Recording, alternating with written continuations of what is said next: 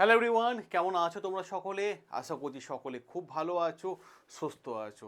তোমাদের জন্য বড় একটা ব্রেকিং আপডেট। হ্যাঁ, তোমরা যারা আমাদের রাজ্যে পঞ্চায়েত পরীক্ষা, হ্যাঁ পঞ্চায়েত রিক্রুটমেন্ট 2026-এ পরীক্ষার জন্য প্রস্তুতি নিচ্ছিলে, তাদের জন্য বড় একটা আপডেট, সব থেকে বড় আপডেট।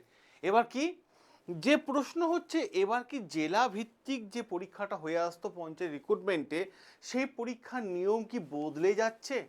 গুরুত্বপূর্ণ আপডেট কিন্তু এটা। সেকেন্ড প্রশ্ন, যে ডিসেম্বরের মধ্যেই কি পরীক্ষা হবে? 3 নম্বর প্রশ্ন, যদি ডিসেম্বরের মধ্যেই পরীক্ষা হয় তাহলে ফর্ম ফিল আপ কবে থেকে হবে? এবং যেহেতু পুরো পরীক্ষা পিএসসি মাধ্যমে কি মানে নিয়মে বদলে আছে, যদি বদলে যায় তাহলে তার নতুন সিলেবাস বা পরীক্ষার প্যাটার্ন কেমন হতে চলেছে? আজকের এই ভিডিওটা তোমার জীবনে একটা অন্যতম সেরা গুরুত্বপূর্ণ ভিডিও। তার আগে আমি বলি, তোমরা যারা পঞ্চায়েত পরীক্ষা প্রস্তুতি নিচ্ছ, এই ভিডিওর কমেন্ট বক্সে চলে যাও, সেখানে পঞ্চায়েত পরীক্ষা প্রস্তুতি নোটস সে লিঙ্ক পেয়ে যাবে। নোটসটা ওখান থেকে নিয়ে নাও, নোটস কিন্তু নিয়ে নাও, ঠিক আছে? চলো, যে বিষয়টা আমরা বলবো সেই বিষয়টা মারাত্মক লেভেলে একটা গুরুত্বপূর্ণ বিষয়। পঞ্চায়েত পরীক্ষা 2026-এ বড় একটা ব্রেকিং আপডেট। সে আপডেটটা কি? সে আপডেটটা হচ্ছে, দেখো খুব ভালো করে লক্ষ্য করো, যে শূন্য পদ কত? শূন্য পদ হচ্ছে 11,000 প্লাস। ঠিক আছে, পরীক্ষা কে নিতে পারে? এবার থেকে পরীক্ষা নিতে পারে West Bengal public service commission. মানে যে জেলা ভিত্তিক পরীক্ষা হতো সেটা হবে না, এবার পরীক্ষার নিয়ম বদলে যাচ্ছে, পিএসসি নেবে পরীক্ষাটা। যদি পরীক্ষা ডিসেম্বর 2026-এর মধ্যে নিয়োগ প্রক্রিয়া সম্পূর্ণ করার পরিকল্পনা নেওয়া হয়েছে।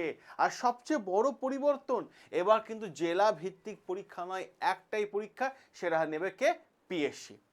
তাহলে ভালো বিষয়। এবার প্রশ্ন হচ্ছে, জেলা ভিত্তিক যে পরীক্ষাটা এতদিন হতো পঞ্চায়েত পরীক্ষার জন্য, সেই পরীক্ষাটা বন্ধ হচ্ছে কেন? আমি আপনাদের বলি, আগে কি দেখতাম, আগে পঞ্চায়েতে রিক্রুটমেন্ট হতো ডিস্ট্রিক্ট লেভেলে।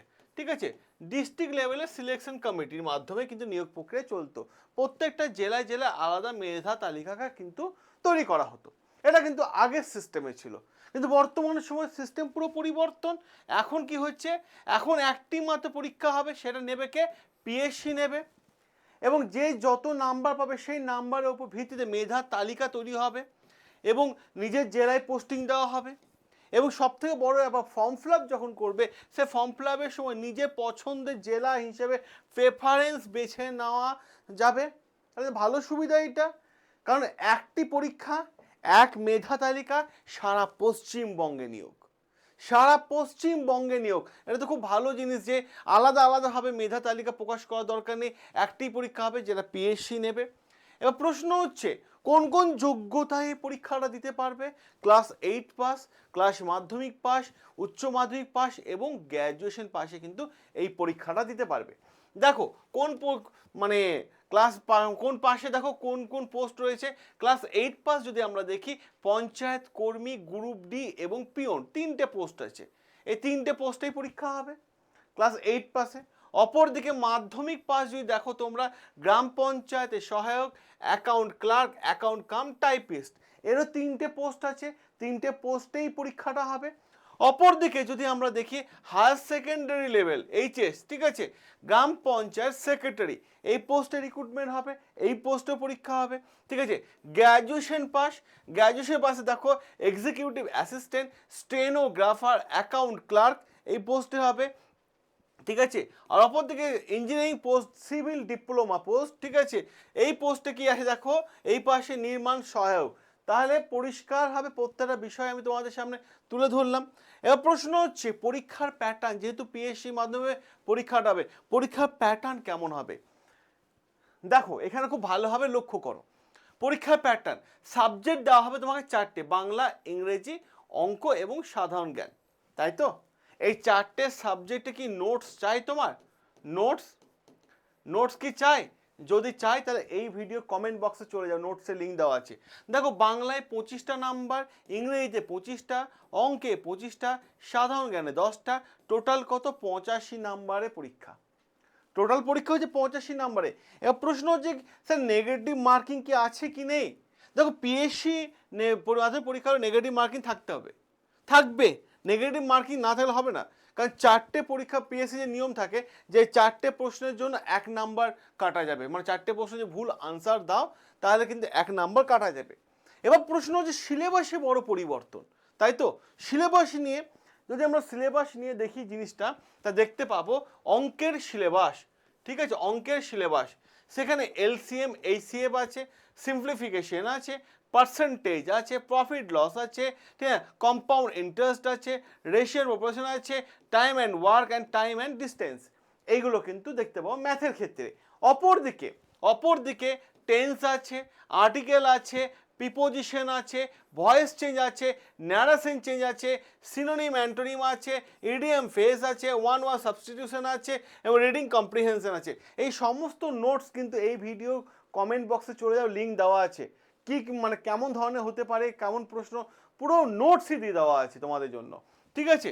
অপরদিকে দেখো খুব ভালোভাবে বাংলায় সিলেবাস, ঠিক আছে, বাংলার সিলেবাস কে সন্ধি আছে, সমাস আছে, কারক বিভক্তি আছে, লিঙ্গ পরিবর্তন আছে, বাগধারা আছে, সমার্থক শব্দ বিপরীত শব্দ আছে, বাংলা সাহিত্য আছে, পশ্চিমবঙ্গের সংস্কৃতি আছে। এই নোটসটাও কিন্তু এই ভিডিও কমেন্ট বক্সে চলে যা, পেয়ে যাবে তোমরা, ঠিক আছে। অপরদিকে জিকে দেখে কি পড়তে হবে, পঞ্চায়েতের রাজ সিস্টেম, পশ্চিমবঙ্গের সরকারি প্রকল্প, পশ্চিমবঙ্গের ইতিহাস ও ভূগোল, গুরুত্বপূর্ণ সাংস্কৃতিক স্থান, ঠিক আছে। অপরদিকে জেলাভিত্তিক তথ্য, জিকেতে মাথায় রাখার চেষ্টা 10 নম্বরের বেশি, অতএব এই জিনিসটা মাথার কাছে অত বেশি চাপ নেওয়ার দরকার নেই, আমি যা পড়াবো ওই জিকের উপর দিয়ে পড়ে চলে যাও, ঠিক হয়ে যাবে, ঠিক আছে। তাহলে পুরো বিষয়টা আমি তোমাদের সামনে বলে দিলাম। এবার প্রশ্ন হচ্ছে কবে থেকে ফর্ম ফিল আপ। দেখো সরকারের লক্ষ্য আছে 2026-এর ডিসেম্বরে, তাই আগামী 1-1.5 মাসের মধ্যে কিন্তু ফর্ম ফিল আপ শুরু হয়ে যাবে। যদি অগস্টের শেষের দিকে বা সেপ্টেম্বর মাসে ফর্ম ফিল আপ হয় তাহলে জেনে রাখবে নভেম্বরে অ্যাডমিট কার্ড, ডিসেম্বরে পরীক্ষা। কিন্তু মাথা রাখার চেষ্টা করো এখনও কোনো অফিসিয়াল নোটিফিকেশন প্রকাশ করা হয়নি, বিভিন্ন সংবাদপত্র এবং পূর্ববর্তী বিজ্ঞপ্তির ওপরে কিন্তু ভিত্তিতে বিশ্লেষণ করা হচ্ছে। এবং এরই পাশাপাশি আমি আরেকটা তথ্য দিয়ে দিই, তাহলে তোমরা যারা পঞ্চায়েতে প্রিপারেশন নিচ্ছ, তোমরা যদি এই টাইমটাকে মেনটেন করে চলো তাহলে তোমাদের সিলেবাস শেষ করা খুব ইজি হয়ে যাবে। অনেকে ভাববে যে আগে নোটিফিকেশন আসুক তারপর পড়াশোনা শুরু করব, তাহলে পিছিয়ে পড়বে তুমি। এই জিনিসটা কিন্তু মাথায় রাখার চেষ্টা করো।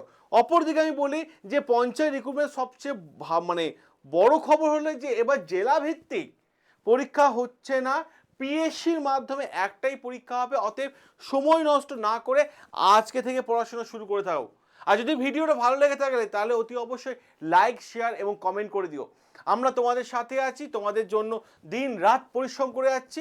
একটাই কথা বলবো, পঞ্চায়েতের নোটস যদি দরকার তাহলে এই ভিডিওর কমেন্ট বক্সে যাও, সেখানে লিঙ্কে ক্লিক করে নোটসটা নিয়ে নাও। সকলে ভালো থেকো, সুস্থ থেকো, সাবস্ক্রাইব করে নিও আমাদের চ্যানেল, যেখানে প্রত্যেকটা বিষয় আমি তোমাদের সামনে ক্লাস তুলে থাকি। দেখা হবে নতুন আরও একটা ক্লাস নিয়ে।